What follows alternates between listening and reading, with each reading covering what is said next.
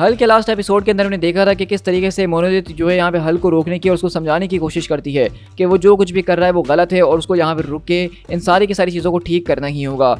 लेकिन हम देखते हैं कि यहाँ पे दरअसल टाइटन हल्क जो है वो अब हल्क के पूरे दिमाग के ऊपर तकरीबन टेक ओवर कर ही चुका होता है। और हमने देखा कि किस तरीके से डॉक सैमसंग अब यहाँ पे डॉक्टर स्ट्रेंज की मदद ले रहे हैं, जिनके मुताबिक वो इस पूरे के पूरे माइंड प्लेस के बारे में कुछ नहीं जानते कि इसको किसने बनाया और किसने नहीं। तो अब हम जानेंगे कि आखिरकार ये माइंड प्लेस हल्क के दिमाग के अंदर बनाया किसने था, इस सब की शुरुआत कैसे हुई थी और ये इतना ज़्यादा खतरनाक क्यों है। अब आगे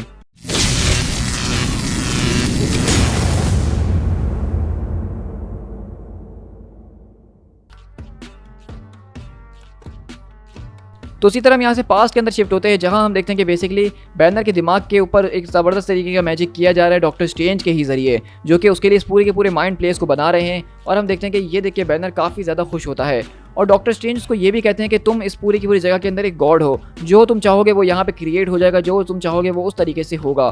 तो वहीं से बैनर बोलता है कि डॉक्टर स्ट्रेंज, मैं नहीं जानता कि मैं आपको शुक्रिया कैसे अदा करूँ, मैं नहीं जानता था कि आपको सच में मेरी इतनी परवाह है।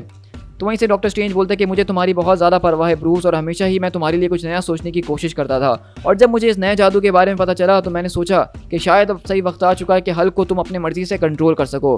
लेकिन इस बात को याद रखना कि इस पूरे के पूरे मैजिक और इस माइंड प्लेस के बारे में ना पता चल सके किसी को कि ये मैंने किया है, क्योंकि ये सब करने के लिए मैंने बहुत ज़्यादा बड़े रूल्स को तोड़ा है। तो अगर फ्यूचर में इससे रिलेटेड तुम्हारा कोई भी सवाल हो या कोई भी तुम्हें मुझसे बातचीत वगैरह करनी हो तो मैं तुम्हें यहाँ पे एक स्पेल दे दूंगा जिसके जरिए तुम मुझसे कॉन्टैक्ट कर सकते हो। तो इस तरह हम देख रहे हैं कि अभी हमने लास्ट एपिसोड के अंदर देखा कि डॉक्टर स्ट्रेंज ने कहा था कि उन्होंने इस माइंड प्लेस को नहीं बनाया, लेकिन अब हमें दिखाया जा रहा है कि किस तरीके से डॉक्टर स्ट्रेंज ने ही इस पूरे के पूरे माइंड प्लेस को पास्ट के अंदर बनाया था।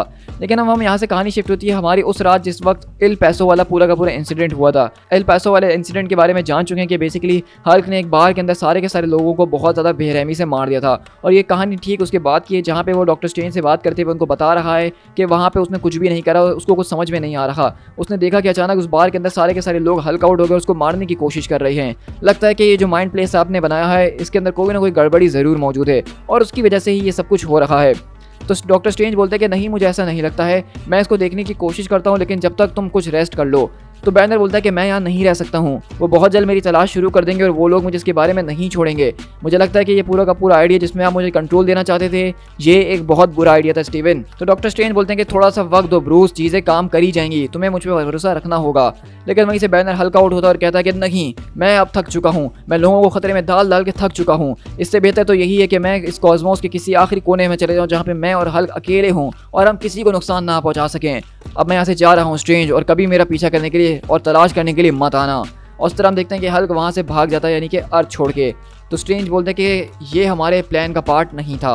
और इसी के बाद अब देखते हैं कि बेसिकली हल्क वहाँ से भागने के बाद मोडॉक के एक पूरे के पूरे लैब को जो है मोडॉक के एक पूरे के पूरे लैब के ऊपर जो है एक हाइस्ट करता है, जहाँ पे वो उसकी सारी की सारी स्पेस ट्रैवल की टेक्नोलॉजी को चुराता है और मोडॉक की तरीके ही अपने पूरी की पूरी बॉडी को इस टेक्नोलॉजी के साथ इम्प्लांट कर लेता है, जिसकी वजह से इस पूरे के पूरे माइंड प्लेस और स्टारशिप हल्क का जन्म होता है। और यही वो पूरा का पूरा ओरिजिन था हमारे स्टारशिप हल्क का, जिसका मतलब ये है कि इसके अंदर डॉक्टर स्ट्रेंज और बेसिकली मोडॉक की टेक्नोलॉजी को मिला के बनाया गया है। और वहीं से हम दोबारा प्रेजेंट के अंदर शिफ्ट होते हैं उस पोर्टल के बाहर, जहाँ पे हम देखते हैं कि डॉक सैमसंग कहते हैं क्या आप बिल्कुल तैयार हैं डॉक्टर स्ट्रेंज, क्योंकि स्टार्क ने कहा था कि इस पोर्टल के अंदर जाने की हिम्मत अब तक वो भी नहीं कर पाया है, क्योंकि वो भी नहीं जानता कि इस पोर्टल की दूसरी तरफ क्या होने वाला है। तो वहाँ से लौट कर आना वो और भी ज़्यादा खतरनाक हो सकता है। तो वहीं से डॉक्टर स्ट्रेंज बोलता है कि तुमसे किसने कहा कि मैं अंदर जा रहा हूँ सैमसंग, बल्कि ये जा रहा है। और अगले पल डॉक्टर स्ट्रेंज अपनी एस्ट्रल फॉर्म को बाहर लेकर आते हैं और अपनी एस्ट्रल फॉर्म को इस पोर्टल के अंदर भेजते हैं हल्क को देखने के लिए कि आखिरकार वो कहाँ पर चल क्या रहा है। लेकिन यहाँ से अगर हम हल्क प्लेनेट के ऊपर शिफ्ट हो तो ये देख के तो आपका दिमाग हिल के ही रह जाएगा, क्योंकि पूरे के पूरे शहर के अंदर एक बहुत ही खतरनाक तरीके का धमाका हुआ है। ब्रूटल, पेव और यहाँ तक कि मोनोलिथ, उनकी काफ़ी बुरी हालत हो चुकी है, जो कि अब हील कर रहे हैं और अपने होश में आए हैं। और वहीं से वो कहती है कि पेव, ब्रूटल, कहाँ हो तुम लोग। तो पेव और ब्रूटल जो कि इस वक्त हील कर रहे हैं अपने आप को, वो कहते हैं कि हम यहाँ हैं मोनोलिथ, पूरी की पूरी जगह बर्बाद हो चुकी है, हमारे लोग जो हैं टुकड़ों में बढ़ चुके हैं, हम उनको हील करने की कोशिश कर रहे हैं। लेकिन हल्क के तो बहुत ज़्यादा ही टुकड़े हो चुके हैं, क्या वो इससे वापसी लौट कर आ सकता है। लेकिन वहीं आसपास की ज़मीन जो अचानक हिलने लग जाती है और मोनोलिथ बोलती कि कौन, आखिरकार ये क्या चीज़ है।